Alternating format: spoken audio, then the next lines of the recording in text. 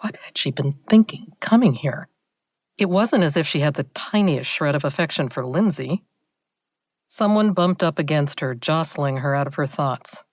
An actor she thought she recognized from a canceled sitcom, muttering excuses as he stumbled away. Wasted, Claudia guessed, glancing down at the grave marker he had knocked her onto. Myra Tannenbaum, beloved mother and grandmother, 1932 to 1998. In California, earthquakes made standing headstones rare. Lindsay would have one, of course, a large, ornate one, not a plain bronze plaque in the ground like Myra Tannenbaum's. With a silent apology to Myra for the little divots her heels were digging into the grass, Claudia edged away, scanning the crowd for Kelly Brennan. In typical Kelly fashion, her friend had wandered off, no doubt in search of someone famous to hook up with. As if she had heard Claudia's mental summons, Claudia appeared at her side, looking smug. This is better than Tinder. Claudia shook her head in awe. Who goes to a funeral and walks out with a date? Take a lesson, grasshopper. So what have you been doing? Exhuming memories better left buried? That's about right. Claudia's gaze raked the Hollywood elite, the smart set. She had read the Forest Lawn brochure. More famous folks buried here than anywhere, yada yada. Remind me again why we came, besides you trolling for men. Because we wanted to make sure she was really dead? Don't say that, even if it's a little bit true.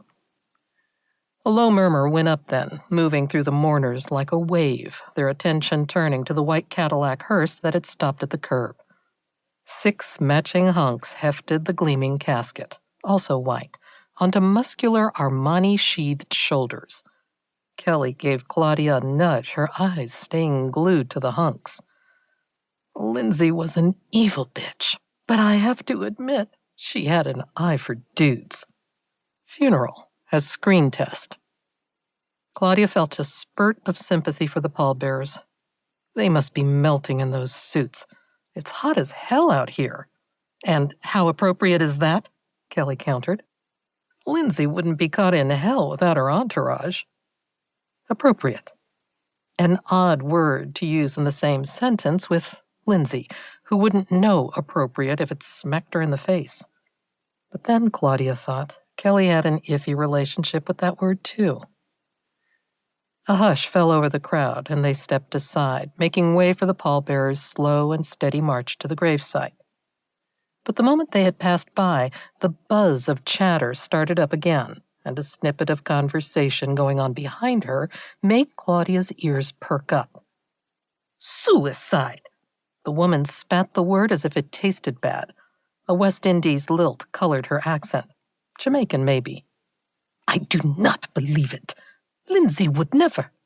Claudia half turned, darting a surreptitious glance at the speaker. Striking looks, cafe au lait skin tones, an athletic frame that rocked her casually elegant Louboutin suit.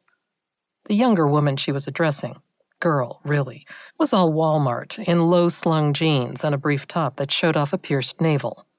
Her black hair was cut short and spiky, and a colorful tattoo decorated her upper chest. 7 daggers thrust into a bloody heart. Stop it, Des. I'm scared. The girl's whimper dashed a naive assumption that her tears were for Lindsay. She grabbed at the other woman's sleeve. You're scaring me. I'm freaking out.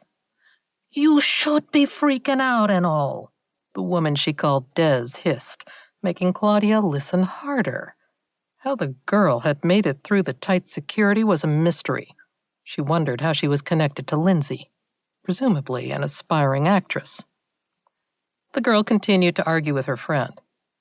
But everyone was tweeting out that she killed herself. Her voice went up on a whine, almost made it to a plea. Des made a sound of derision. And I am telling you, girl, before she come to desert that one, she make a deal with God how she go out. Not suicide, no.